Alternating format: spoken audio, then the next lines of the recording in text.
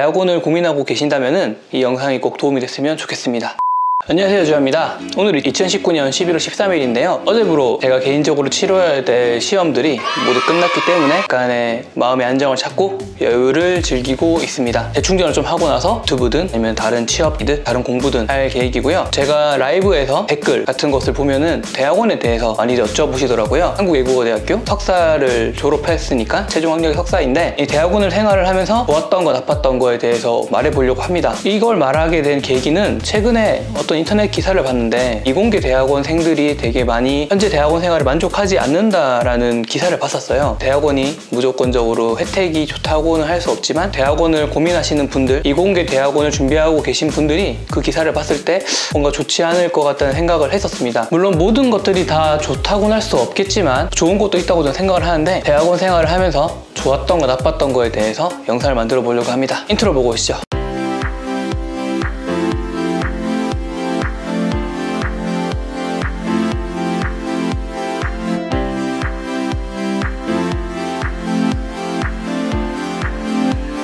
대학원이 좋을까요 나쁠까요? 라고 물어봤을 때 무조건 좋다 무조건 나쁘다 라고 할 수 없을 것 같습니다. 어떠한 직업이든 다 장단점이 있듯이 대학원 생활을 하는 데 있어서도 좋은 게 있으면 나쁜 게 있고 부족할 수 있는 부분이 충분히 있다고 생각을 합니다. 하지만 무조건적으로 나쁘냐 하는 것도 또 아니라고 생각을 하기 때문에 대학원을 고민하고 계신다면 이 영상이 꼭 도움이 됐으면 좋겠습니다. 그래서 오늘은 장점을 말할 거고요. 그리고 다음 영상에서는 단점을 말할 건데 저는 대학원 생활이 좋냐 나쁘냐 따졌을 때는 좋은 게 한 70% 정도 되는 것 같아요. 생각보다 좋은 적이 많죠. 나쁜 것도 분명히 있겠지만 생각보다 좋은 게 많았는데 이건 뭐 사람의 견해 차이가 있기 때문에 어떤 게 더 좋고 나쁘고는 정말 주관적인 기준인 것 같습니다. 하지만 제가 좋았던 거를 우선 말씀해 드리자면은 저는 총 5가지로 좋은 것들을 꼽아봤는데요. 이 5가지를 한번 들어보시고 진로를 결정하시는데 도움이 되었으면 좋겠습니다. 첫 번째는요,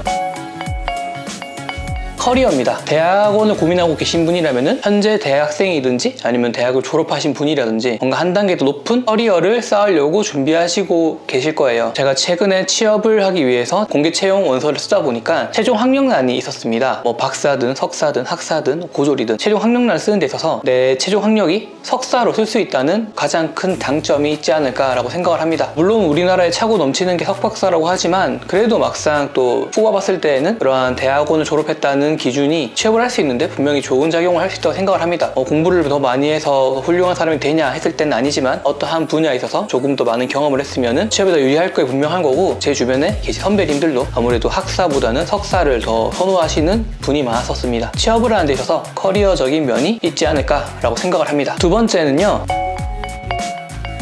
금전적인 지원을 받으면서 공부를 할 수가 있습니다. 이공계 학생이라면 누구나 한 번쯤 들어봤을 과제에 대한 이야기입니다. 연구실에서 어떤 과제에 참여하게 돼서 과제를 참여하는 일원이 되게 된다면 소정의 금액을 받게 됩니다. 일을 하고 돈을 받는 거와 똑같다고 생각하시면 돼요. 과제에 대한 일을 하고 그에 해당하는 금액을 받는 건데 과제를 100% 수행했을 때 학사 기준으로는 180만 원, 박사 기준으로면 250만 원입니다. 물론 다 받는 건 아니고요. 내가 대학원을 다니면서 모든 시간을 그 과제에 쏟는다면 그 금액을 받을 수 있겠지만 현실적으로 말이 안 되기 때문에 대부분은 100% 다 못 받는 걸로 알고 있어요. 100%는 아니지만 소정의 금액을 받고 그 돈으로 누구는 등록금을 낸다든지 아니면 누구는 생활비를 쓴다든지 이렇게 다양한 금전적인 혜택이 나름 있습니다. 만약에 장학금으로 등록금이 해결된다면 그러한 과제를 참여하면서 받는 인건비는 개인적인 생활비가 되겠죠. 저 같은 경우에는 제가 등록금을 다 냈기 때문에 제가 돈을 받는 거를 모아서 등록금을 내고 일부는 쓰고 했었는데 학교든 연구실이든 경우가 다 다양하기 때문에 무조건 돈을 받는다 이건 아니지만 과제 활동을 하고 있는 연구실에 참여하게 돼서 그 과제를 참여하면 학위 과정을 수행한다면 그렇게 배가 고픈 상태로 학교 생활을 보내지는 않을 것 같아요. 금전적인 혜택이 있으면서 공부를 할 수 있다는 게 두 번째 장점이 아닐까 저는 생각을 합니다. 그리고 세 번째는요,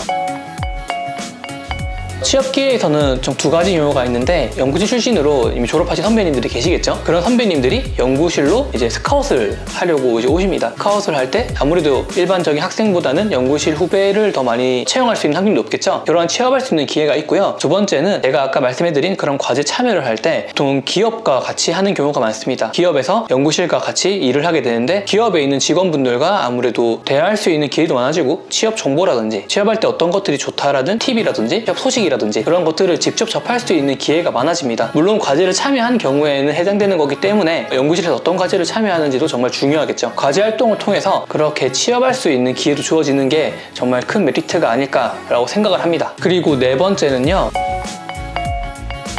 논문입니다. 대학생 생활을 가장 잘 표명할 수 있는 것 중에 하나가 성적이라면은 대학원 생활을 하는 데 있어서는 논문이 될 수 있다고 저는 생각을 하는데, 저는 SCI급 1저자로 증제된 논문이 하나 있는데요. 2저자든 3저자로 된 논문도 있겠지만 무엇보다 1저자로 제 논문을 하나 썼다는 것 자체가 정말 대학원 생활하면서 가장 큰 성과가 아닐까 싶습니다. 연구 디자인부터 연구를 하고 그로부터 논문까지 쓰는 것을 통해서 대학원 생활을 마무리하면서 가장 큰 보람이 아닐까라고 저는 생각을 하는데요. 스스로 논문 한 편을 쓴다는 것 자체가 작을 수도 있고 클 수도 있겠지만 일정의 작은 성공이라고 하면은 성공일 수 있는 분야이기 때문에 내가 관심을 가지고 있는 분야를 공부를 해서 그러한 연구를 하고 나름의 성과물을 낸다면은 그 자체만으로도 하나의 메리트가 되지 않을까라고 생각을 하고요. 이 논문이 취업을 하시는 데 있어서도 아마 큰 도움이 된다고, 많은 선배님들도 그런 논문 하나 있으면 좋다라고 하셨기 때문에 그런 논문 쓸 기회가 주어진다고 저는 생각을 할 수 있습니다. 이런 논문은 다른 여타 대학원도 쓸 수 있겠지만 본인이 연구를 하고 실험을 하고 그러한 걸 바탕으로 데이터를 뽑아서 논문을 쓴다는 거는 이공계 대학원생만의 특권이 아닐까라고 저는 생각을 합니다. 그리고 다섯 번째는요, 학술대회 참여입니다. 이공계 대학원생이든지 아니면은 연구실에 속해 있던 학생이시라면은 누구나 한 번쯤은 학술대회라고 들어보셨을 거예요.